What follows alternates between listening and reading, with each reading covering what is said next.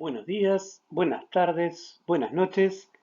En esta clase vamos entonces a completar nuestro estudio de los materiales frente a los campos eléctricos. En especial vamos a analizar dos casos, los más comunes, que son los aislantes y los conductores. Veremos entonces en esta clase cuáles son los comportamientos que tienen los distintos materiales frente a los campos eléctricos.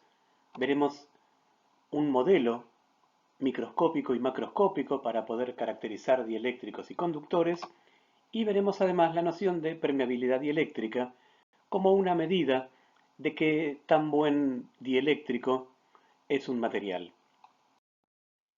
Frente a los campos eléctricos, los materiales tienen esencialmente tres comportamientos. Materiales conductores, aquellos que conducen la corriente eléctrica, los que usamos para construir cables.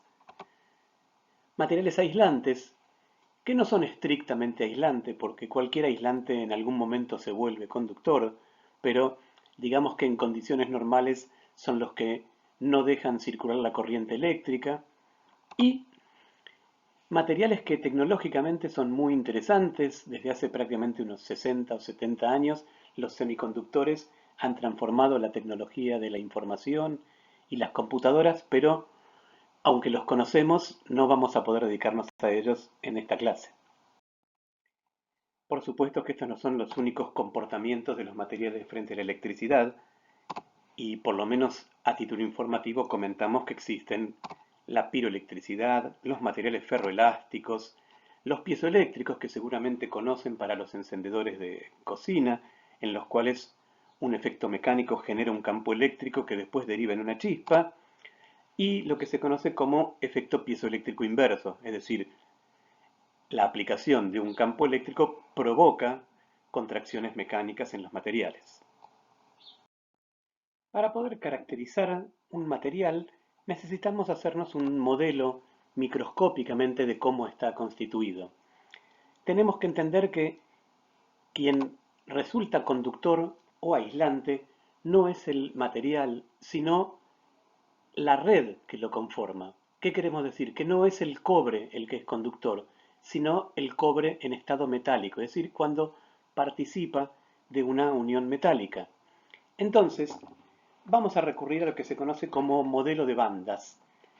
Estas bandas son bandas energéticas y nos dan una idea de cómo están acomodados los electrones que forman parte de la red junto con los núcleos de cobre, para que se den ustedes una idea, o los núcleos de otro material si no se tratara de un conductor. Decíamos entonces que, igual que en el enlace covalente, hay una banda de energía de valencia de los electrones que participan de las uniones, y que en el caso de los materiales aislantes, la distancia energética entre los electrones que están en la banda de valencia y lo que sería la banda de conducción, la energía que deberían tener los electrones para poder participar de las corrientes eléctricas, es muy grande en el caso de los aislantes. Esto quiere decir que prácticamente la banda de conducción a temperatura ambiente en un material aislante está casi despoblada. No hay quienes transporten corriente eléctrica. Vean la diferencia de lo que sucede con un conductor. La banda de valencia y la banda de conducción están sumamente próximas. Su distancia energética es muy pequeña, y esto hace que electrones que forman parte de la banda de valencia también puedan pertenecer a la banda de conducción a temperatura ambiente. Esto es lo interesante, y entonces tenemos materiales en los cuales los electrones están en la banda de conducción y entonces pueden conducir porque tienen esta energía. El caso intermedio entre los dos, el que resulta más interesante, como habíamos comentado, es el caso de los semiconductores, donde no tenemos ni una distancia tan grande ni una casi solapamiento entre valencia y conducción. Esto da propiedades muy interesantes a los semiconductores, que pueden ser naturales o artificiales, pero vamos a tener que dejarlos para otra materia.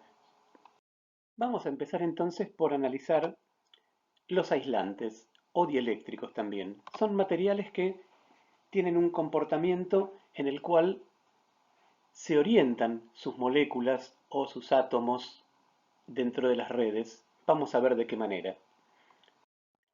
Es interesante recordar, por lo menos, que fue Faraday quien por primera vez describió los dieléctricos, explicando que es un material que colocaba entre las placas de un condensador y observó sus particularidades, observó que aumentaba la capacidad del capacitor al agregar el dieléctrico en el medio, también variaba la energía del capacitor, todos en la misma constante K, que dependía del medio insertado.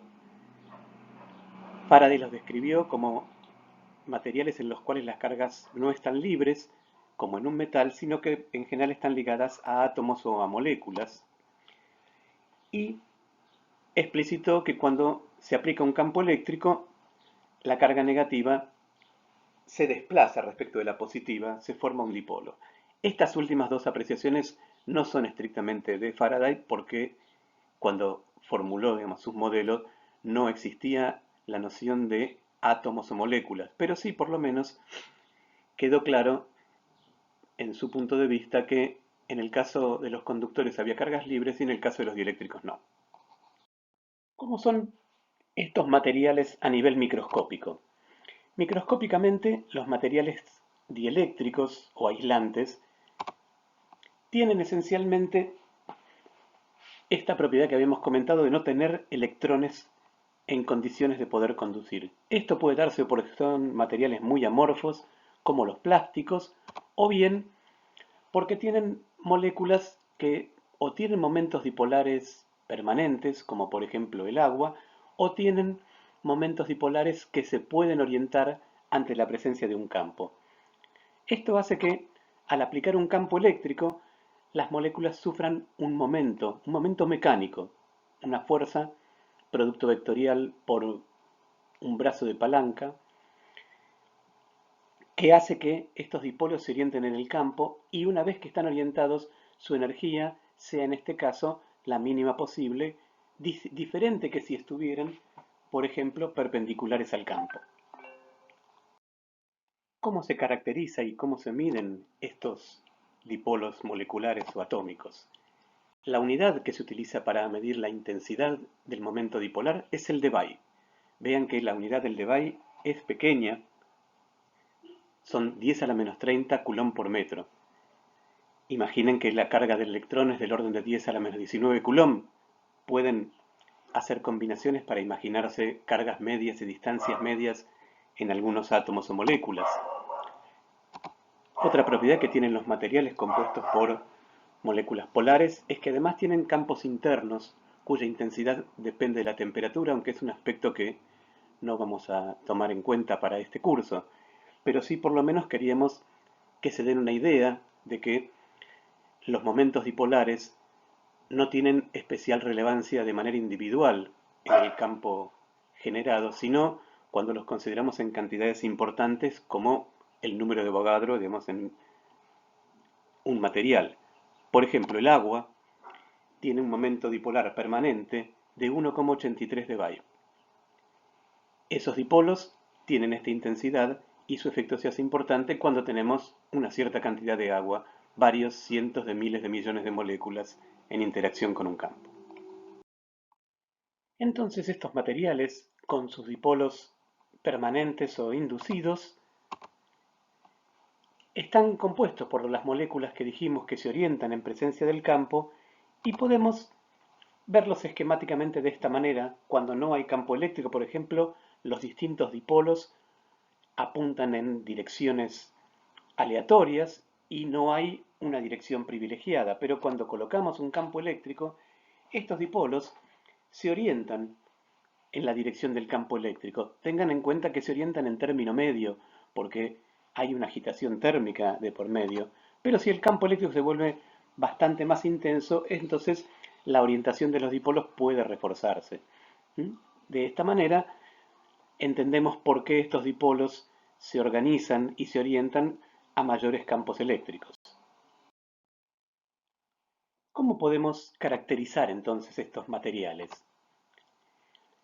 Dentro del material, como vimos recién, no hay una orientación privilegiada, Es decir, los dipolos apuntan en todas direcciones cuando no hay un campo eléctrico. Pero cuando hay un campo eléctrico, podemos pensar que este vector P, que es en cada pequeño volumen la suma de todos los dipolos, tiene una dirección bastante parecida a la del campo externo.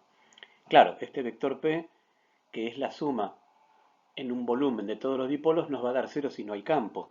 Pero si hay campo externo, entonces este vector P nos va a decir qué tan polarizado está ese volumen que estamos considerando. Es de alguna manera una especie de densidad de dipolos en cada volumen.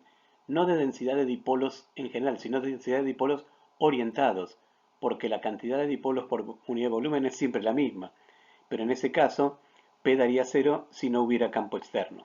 En cambio, esos dipolos en ese volumen se orientarán ante el campo externo. Resumiendo lo que decíamos hasta recién, cuando hay un campo eléctrico, se puede establecer una relación afirmando que ese vector de polarización que medía la intensidad de dipolos en una unidad de volumen va a ser paralelo al campo eléctrico y entonces va a haber dentro del material un campo resultante, el campo externo que colocamos para orientar los dipolos y un campo de polarización propio de los campos que se suman de los distintos dipolos que ahora están todos orientados en la misma dirección. Vamos a mirar un poco lo que se conocen como propiedades constitutivas de los materiales dieléctricos, de algunos materiales dieléctricos, digamos. Vamos a analizar materiales que se llaman lineales, isótropos y homogéneos. No son todos, pero sí son los que vamos a poder estudiar en esta materia. Esencialmente, estos materiales se polarizan como consecuencia del campo externo y el vector de polarización es proporcional al campo eléctrico. Esta es la relación que encontramos como lineal. Fíjense que a mayor campo eléctrico, mayor polarización. Tengan en cuenta que el campo eléctrico que estamos considerando acá es el campo total, no es el campo externo.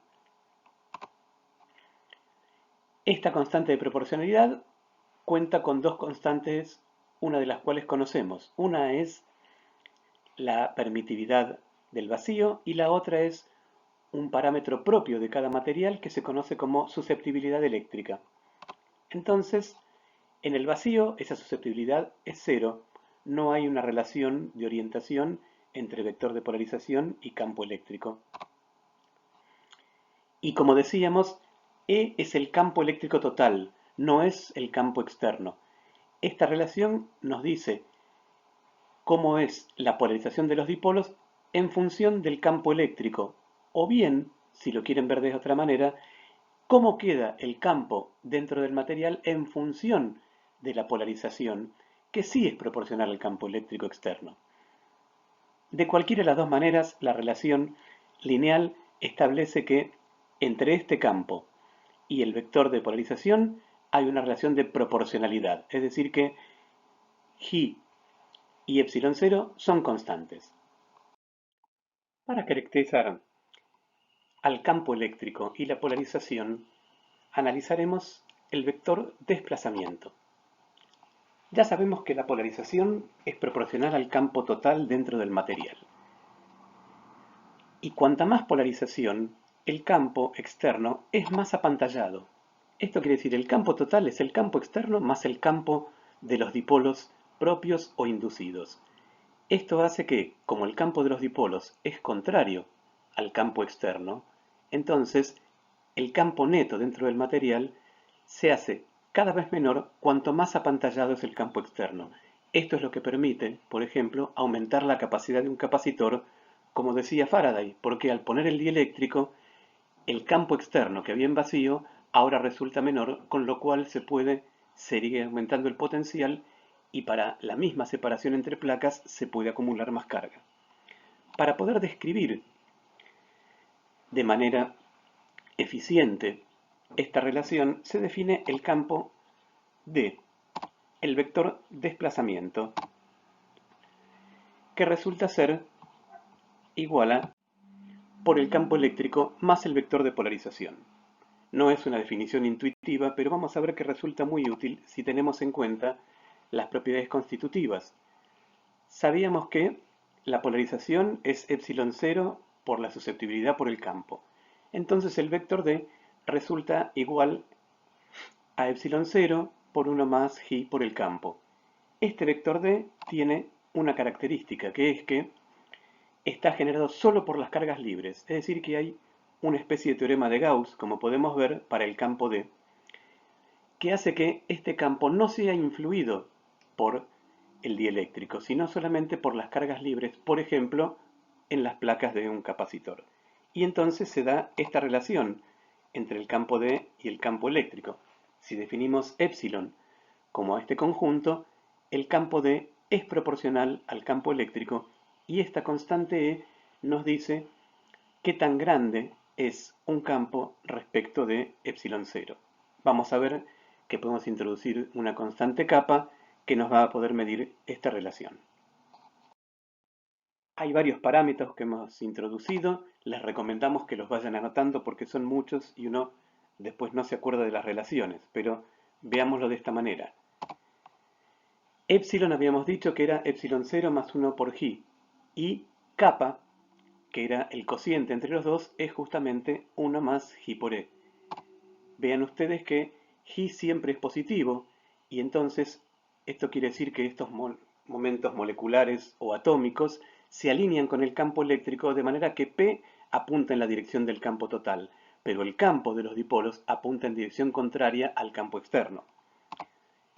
Así entonces, epsilon siempre resulta más grande que epsilon 0 y kappa resulta siempre mayor que 1 para cualquier material dieléctrico de los que nosotros conocemos.